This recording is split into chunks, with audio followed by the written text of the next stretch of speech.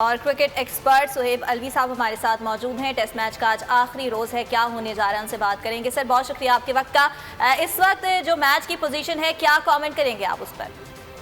देखिए, बहुत balance position है। Let me be very clear.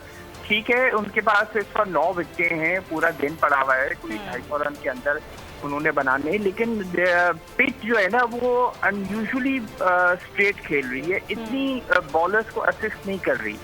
और जो कल का दिन, चौथे दिन का खेल हुआ है, उसमें यही हुआ है। ठीक है, बहुत शानदार खेल खेला रिजवान ने, लाजवाब इनिंग्स की, लेकिन ये है कि बॉलर्स को वो हेल्प नहीं मिली। और जब पाकिस्तानी बॉलर्स आए तो उनको भी प्रॉब्लम हुई। नॉर्मली चौथे का सेकंड लास्ट सेशन स्पिनर्स को बहुत हेल्पफुल होता है, लेकिन नहीं हो सका। तो it's going to be a very balanced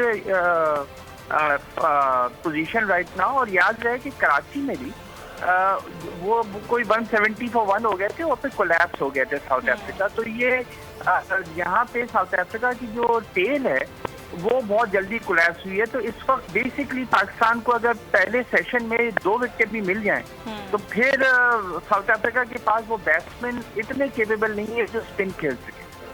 ठीक है, सुहेब साहब ये भी बताइएगा, अभी मोहम्मद रिजवान की परफॉर्मेंस के हवाले से आप बात कर रहे थे, उन्होंने सेंचुरी स्कोर की, 115 रन बनाए।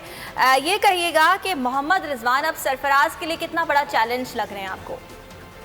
देखिए, चैलेंज तो वो न्यूजीलैंड में ही हो गए थे जब उन्होंने T20 में, जहाँ पे वो इतने रिनाउंड बैट्समैन नहीं थे फॉर प्लेइंग फास्ट, वहाँ पे ही उन्होंने इतनी लाजवाब परफॉर्मेंस दी थी, खासतौर पे थर्ड T20 में जो उन्होंने अपनी बैटिंग से जितवाया था।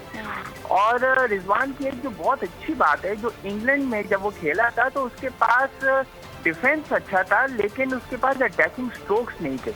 उसने इसके ऊपर इतनी मेहनत की है कि आज जो हमने कल जो उसकी इनिंग्स देखी, उसमें उसने जो अटैकिंग स्ट्रोक्स खेले हैं, इवन अंडर लॉट, वो लाजवाब है। हर तरह के शॉट्स हैं, कवर ड्राइव्स हैं, पुल्स हैं, कट्स हैं, और वो बहुत अग्रेसिव खेल रहा है। तो जो एक अच्छी बात इसकी इनिंग्स की ये आई कि उसने मैच्योरिटी इतनी दिखाई और सही गेंदों को मारा, लेकिन ये कि अग्रेसिव खेला। उसके पास अब वो शॉट्स आ गए हैं, वो गैप्स ढूंढ रहा है। तो लाजवाब इनिंग्स यही है।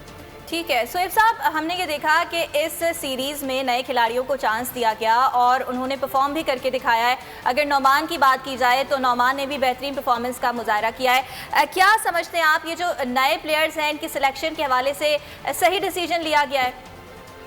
देखिए, मोर और लेस सही लिया गया है। ठीक है, इमरान बट फेल हुआ है, लेकिन ये है कि आपने एटलीस्ट ट्राई तो किया, आपने डोमेस्टिक परफॉर्मेंस को दिया। बस इसमें भी ये देखना होगा कि आपको 3 या 4 साल के परफॉर्मेंस को लेना चाहिए। जैसे आपने जब नौमान को लिया आफ्टर सो मेनी इयर्स, तो उसका वो इतना मन चुका था कि उसने फिर इंटरनेशनल क्रिकेट में भी अपना जो दिमाग था, जो अपना तजुर्बा था फर्स्ट क्लास का, वो लगाया। इमरान बट को आप एक सीजन के बाद ले आए, जो उसका एक अच्छा सीजन दिया, वैसे 2-3 सीजन से खेल रहा है। आपको नौमान और इमरान बट में जो फर्क नजर आया वो ये है कि जब आपने एक तजुर्बेकार फर्स्ट क्लास क्रिकेटर लिया है तो उसने परफॉर्म किया है, और जब आपने एक इमीडिएटली किसी को अपॉर्चुनिटी है तो वो जरा सा इंटरनेशनल क्रिकेट में रॉ निकला है। तो मेरे ख्याल में इनको बिल्कुल सही डिसीजन है। वसीम ने बहुत अच्छी सिलेक्शन की है, मिसबा को भी क्रेडिट जाना चाहिए। 4 फर्स्ट क्लास क्रिकेटर्स को चांस देना चाहिए। ठीक है, बहुत शुक्रिया। पाकिस्तान और जनूबी अफ्रीका के खिलाफ दूसरे टेस्ट का आज आखिरी रोज़ है। इस बारे में सुहेब साहब आप हमसे बात कर रहे थे। सब्सक्राइब करें और बेल दबाएं ताकि कोई खबर रह न जाए।